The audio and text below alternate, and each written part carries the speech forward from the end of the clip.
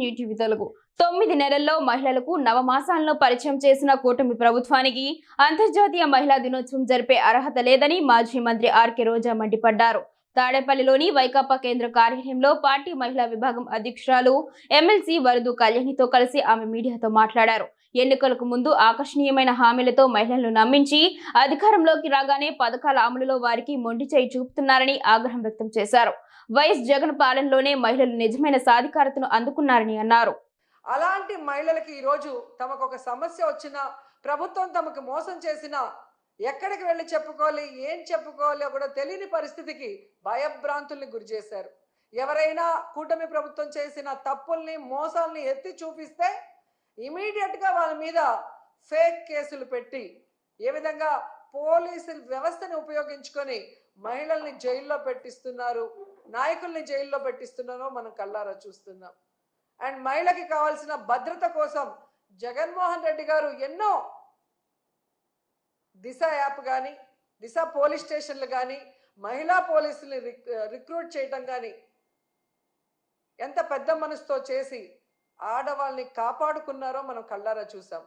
కానీ అదే కూటమి ప్రభుత్వం అధికారంలోకి వచ్చాక దిశ యాప్ని కానీ, దిశ పోలీస్ స్టేషన్లు కానీ, మహిళా భద్రతకు సంబంధించిన ప్రతి దాన్ని ఎలా నిర్వీర్యం చేశారో మనం కళ్ళారా చూసాం. అంటే మహిళ అంటే గౌరవం లేదు, మహిళ అంటే అభిమానం లేదు, మహిళకి చేయాలన్న చిత్తశుద్ధి ఈ కూటమి ప్రభుత్వంలో ఉన్న సీఎం చంద్రబాబు నాయుడుకి కానీ, డిప్యూటీ సీఎం పవన్ కళ్యాణ్కి కానీ, అలాగే హోంమంత్రి అనితకి లేకపోవడం చాలా బాధాకరమని కూడా ఈ సందర్భంగా తెలియజేసుకుంటున్నాను.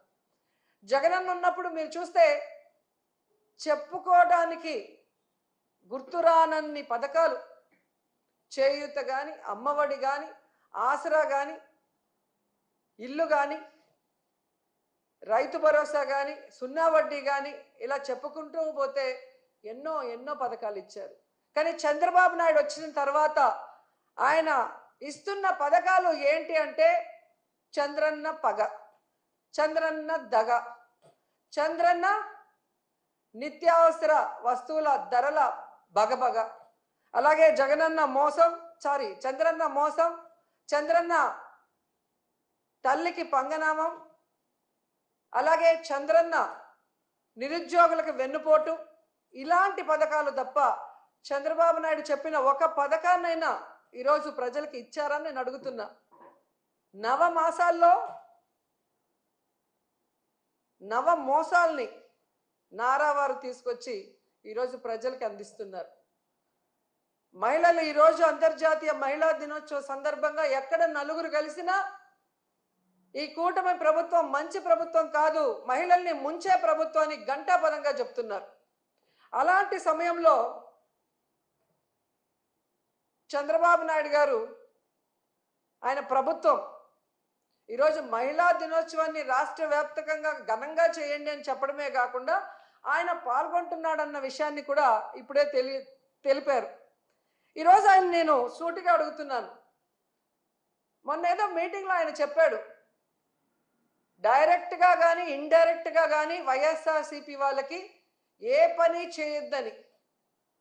అయ్యా చంద్రబాబు, మీరు వైఎస్ఆర్సీపీ వాళ్ళకే కాదయ్యా, టీడీపీ, జనసేన, బీజేపీ ఎవరైతే మీకు ఓట్లేశారో మీ కూటమి ప్రభుత్వం మహిళలకు కూడా మీరు ఏం మంచి చేసింది లేదు, వాళ్ళని కూడా మీరు నట్టేట ముంచి మోసం చేశారు అన్న విషయాన్ని ఈరోజు వాళ్ళు గుసగుసలాడుకోవటం వినమని కూడా ఈ సందర్భంగా తెలియజేసుకుంటున్నాను.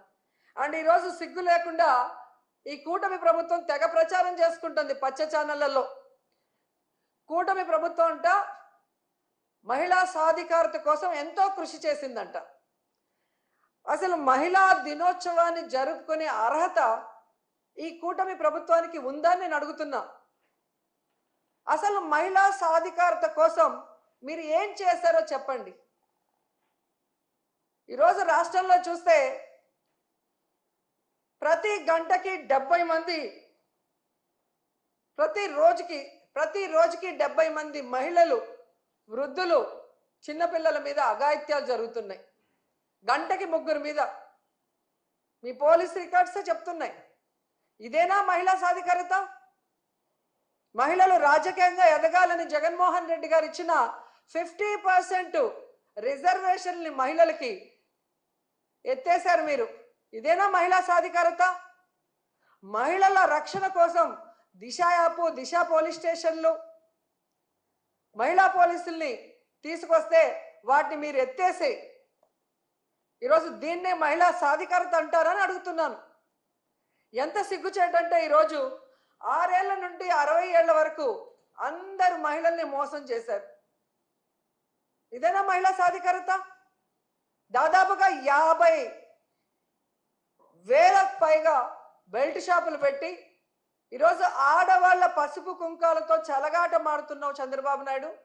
ఇదేనా మహిళా సాధికారత? అలాగే మీరు చూస్తే తల్లికి వందనం పథకం పెట్టి గత బడ్జెట్లోనూ ఈ బడ్జెట్లోనూ డబ్బులైతే కేటాయిస్తున్నారు, కానీ తల్లికి పంగనామాలు పెట్టడం తప్ప తల్లికి వందనం ఇవ్వని మీరు ఇదే మహిళా సాధికారత అని ప్రచారం చేసుకుంటున్నారా?